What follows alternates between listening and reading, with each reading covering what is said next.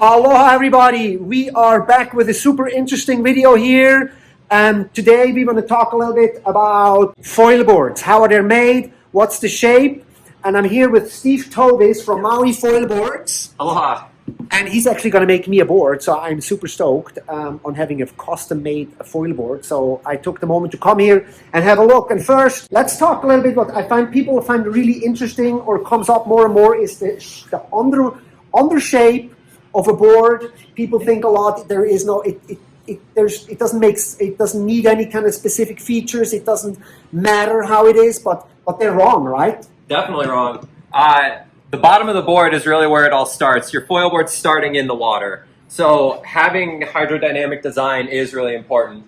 With this shape here, this is the Phantom. It's a Wingfoil geared design.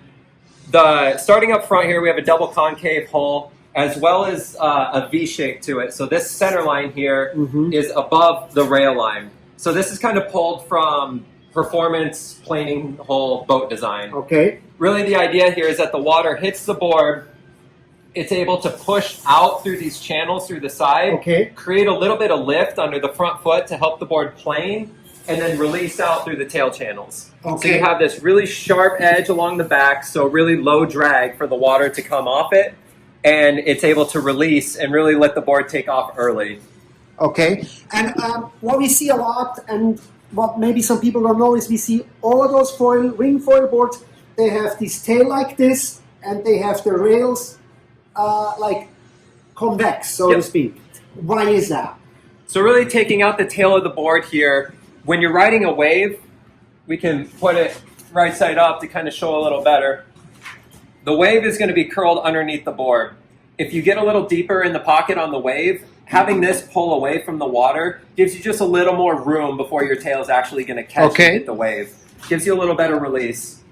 Having the rails chined a little bit, it lets you lean the board farther on rail before it's going to actually catch. So really these are all designed about keeping the board pulled away from the water as you're laying turns and carving in a wave. Okay, very interesting. So you see, guys, underwater shape or under, like what do you call, bottom of the boat, so to speak.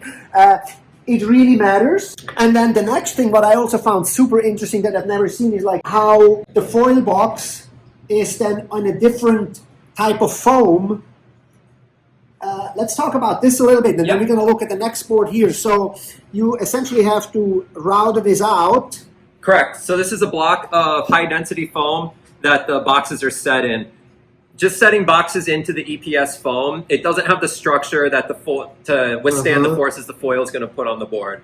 Right? Foiling, especially wing foiling, it's really hard on the boards. They take a lot of abuse, jumping, landing. There's just a lot of pressure on here. So putting in a good high density insert helps these boxes stay in place, and then a few extra carbon patches around it to really make the shell of the board withstand the impact and the abuse from wing foiling. This is all 1 pound EPS, so it keeps the board really lightweight. Having a light foil board is really important because if you have a heavy board, especially in the front, you have a lot of swing weight pulling you around, and it kills the performance of your board. Swing weight. Okay, that's another big thing that people talk about, swing weight. But then I see here, there's just standard longboard fin. Yeah, these are future fin boxes. Which is actually kind of cool. It's just a longboard fin box, so to speak. And then let's move over. So then you have the second step of the. This is getting, by the way, this is getting CNC'd out by a routering machine next door. And then comes the next step, because where we're standing and where the EVA pad is going, this thing has to be super durable and hard. So more high density foam here. Yep. So this is a thin layer of 2 millimeter high density foam. Oh, that thin, okay. Super thin, yeah. And really all this is to give you impact resistance. There's a few different ways to build a board with impact resistance. The more common way is to just put more layers of carbon or fiberglass under there. The problem is it adds weight. So kind of the whole name of the game, everything is designed around saving weight and keeping the board super light. So putting in this high density foam skin, it doesn't add a lot of weight, but it gives you an amazing impact resistance. Yeah, okay, because where you're standing, you know, for all of you that surf, sometimes, you know, guys are testing the quality of the board by pushing their thumb in and see if the resin or if the fiberglass is giving away. And here we can't have that because we're standing full force on this thing. So this has got to be rock solid. Yep, exactly. And then after that, once you're done with this, then you have the plug here. And tell me a little bit here. You have this. Yep. So those pressure release valves. Yep. So this is a vent plug, and that is a leash plug. In some boards, especially for people here in Maui that live up country where they're going into elevation or are going to travel with their boards, we'll actually put two vents. So one in the back, and then these handles have an integrated vent in them. Just helps the board breathe a little bit, especially when you have a lot of volume of foam here. This board is 85 liters. So there's a lot of foam in there. There's a lot of air in that foam. So giving plenty of avenues for pressure relief. It just really helps the board last a lot longer and deal with elevation changes and temperature changes. Which brings me to something spontaneous. I have some SCPs with this, and I swear, I always forget about those to open this, and I made the mistake. I opened it once, and of course I forget, and now I go surf. And now your board's full of water. And now it's not all. And like, how is it like? How much damage can I really do if I just leave this thing closed and I kind of forget about it? Well, see, these vent plugs, you don't need to open and close them. It's a one-way Gore-Tex vent plug. So once I install it, you never touch it again. Great. I want that. If my board is going to have this, I want that because everything I do is a one-way Gore-Tex. So we all forget. Yeah. Okay. And then after that, you have then the layer of carbon fiber goes on. Then you see on the bottom here, and then this is how it looks like. Oh, now the fin box is gone.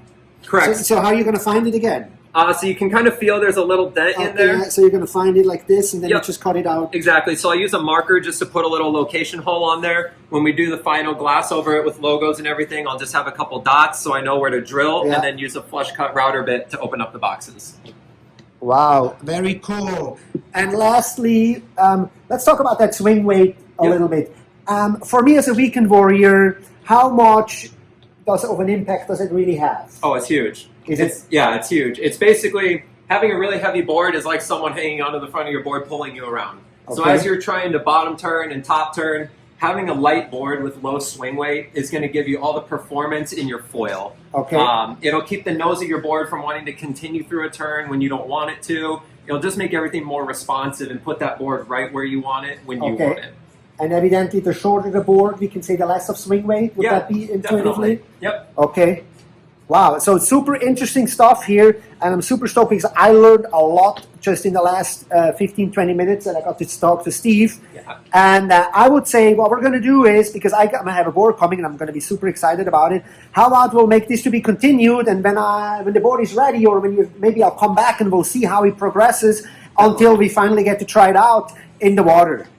And with that being said, so we're going to do that. Thanks you guys so much for watching this video. Click that like button if you can. Maybe follow Maui Foil Boards and Steve. He's a very busy man. This is not his main gig. He also is actually a director of an engineering department in a hotel, which is a very demanding job. So wow, hats off to you for doing all of that as a side gig. And we'll see you guys in the next video. All right, man. 8 minutes.